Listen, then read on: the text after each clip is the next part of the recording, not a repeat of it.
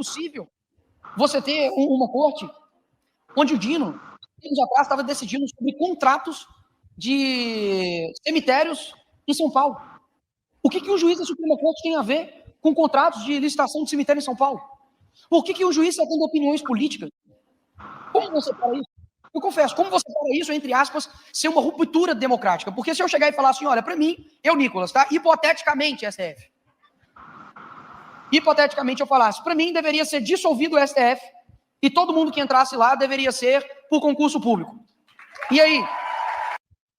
Não te parece, deputada, que ele está fazendo um ataque frontal ao Estado Democrático de Direito, propondo no Fórum da Liberdade a dissolução do STF, e não se encaixaria nisso também a forma com que as instituições agiram e corretamente em relação ao deputado Daniel Silveira, que propôs também uma afronta e um ataque a ministro do Supremo? Gostaríamos muito de lhe ouvir.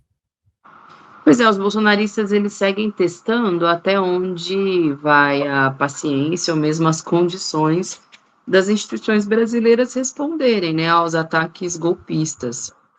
E a forma como ele trata a atuação correta e exemplar do ministro Flávio Dino é mais uma demonstração disso. Primeiro, que a gente não sabe se é burrice ou só conhecimento, mas buscando disseminar uma desinformação, é algo completamente sem cabimento que ele disse. Peraí, então o fato de um ministro atuar de acordo com o que diz a lei e a Constituição para corrigir um aumento absurdo do valor dos sepultamentos na cidade de São Paulo, isso seria uma atuação política? Sendo que ele só está seguindo a legislação ao contrário do que fez o prefeito de São Paulo? E mais, ele está defendendo, então, que sim, a população de São Paulo não tem que ter direito nem mesmo de sepultar os seus mortos por causa do valor absurdo que escalou muito desde que o Ricardo Nunes assumiu novamente a prefeitura com o vice do PL. Então, é a mesma tática de sempre, eles criam uma confusão generalizada para, com base nisso, justificar seus intentos golpistas. E, ao mesmo tempo, no Congresso, seguem defendendo aquele absurdo projeto da anistia. Eles tiveram um revés na última sexta-feira, também a partir de uma ação buscada no STF, se eu não me engano, foi buscada pelo deputado e líder do PT, Lindbergh Farias, para conter a sanha de livrar o Ramagem, porque é isso que eles querem, né? Percebendo a dificuldade de aprovar o projeto da anistia, querem, a partir de um recurso, tirar a Ramagem do inquérito golpista. Mas o que o STF disse? A Câmara só compete, possivelmente, né, retirá-lo do inquérito dos crimes imputados a ele, desde que ele se diplomou como deputado federal. Tudo que ele fez antes disso não compete à Câmara. Então, segue os crimes de quando ele comandava a ABIN no Brasil e utilizou a ABIN para espionar os inimigos.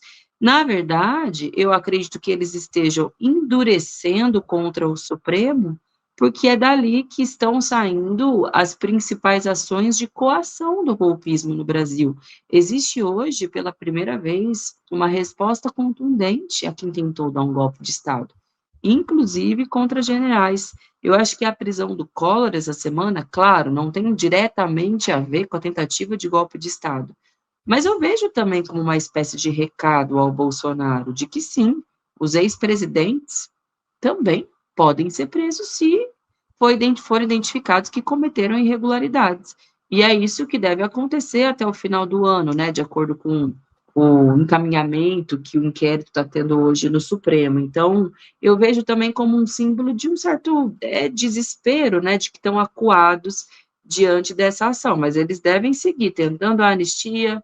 Na CCJ, na outra semana, eles devem tentar pautar esse do Ramagem para ver se livram ele, pelo menos, de parte dos crimes que ele precisa responder, né, com prisão, com demais formas de responsabilização. Mas eu sinto que, apesar de tudo, a gente tem conseguido fazer, né, um freio de contenção aos golpistas, que estão cada vez mais isolados. Não vejo perspectiva de um revés jurídico por hora disso, assim, de que o Supremo mude de ideia, né, diante da sua responsabilidade de criminalizá-los, né, de prender Bolsonaro e companhia limitada. Então, pouco na política, por hora, há condição de aprovar a anistia. Eu acho que é um alívio, pelo menos nesse momento, mas temos que seguir vigilantes. E a senhora acha que cabe algum tipo de medida por parte do Judiciário em relação a essa fala específica de Nicolas Ferreira, ou quando ele utiliza a palavra hipoteticamente, tá, STF, ele já consegue se livrar? Não sei, eu acho que cabe mais aos juristas, né, avaliarem se o termo hipoteticamente lhe livra de alguma culpa. Agora é óbvio qual é a intenção dele com essa frase. Ele pode usar o termo hipoteticamente, supostamente, pode colocar em tese, mas o que ele está incitando o povo a fazer é descredibilizar o Supremo, descredibilizar as ações, sobretudo do ministro Flávio Dino, e sugerir que fossem eles, na verdade, aqueles a tomarem conta, né, desse espaço. Então, acho que se algum jurista encontrar ali elementos para que ele se responsabilize, é justo e correto que faça, porque esses golpistas precisam, né, de um recado, de uma lição e precisam ser contidos. Deputada, a extrema-direita já começou, de alguma forma, internamente, a utilizar a intimação ao ex-presidente Bolsonaro na UTI como forma de fazer pressão para obter algum tipo de vantagem? Olha, eles fazem isso o tempo inteiro, né? A última semana, me cansei de ver bolsonaristas indo à tribuna, utilizando esse episódio da CPI como mais uma forma de tentar criar uma vitimização daqueles que, na verdade, são os culpados e os criminosos. E entra na mesma narrativa da mulher que utilizou um batom simplesmente, coitadinha, ela só estava fazendo um desenho numa estátua completamente desinformada ali na Praça dos Três Poderes, mas, na verdade, tentou dar um golpe de Estado. E esse tema também do Bolsonaro, né, de ter recebido a intimação na UTI, serve para essa mesma narrativa, de que existiriam vilões do lado de lá, tentando injustamente ir atrás das supostas vítimas. Mas você sabe que eu tenho sentido que cada vez mais isso tem menos efeito real sobre a disputa política e jurídica e mais efeito sobre uma base bolsonarista mais fanática, fiel, militante, que é essa que vai para a manifestação, que é essa que fica nos grupos de zap, essa base ali mais, né, mais orgânica mesmo do bolsonarismo. Porque o efeito disso, sinceramente, acho que quem é que consegue, né, a essa altura do campeonato, acreditar ou mesmo cair em qualquer chantagem deles agora. Os caminhos jurídicos que eles encontrarem, eles vão persistir.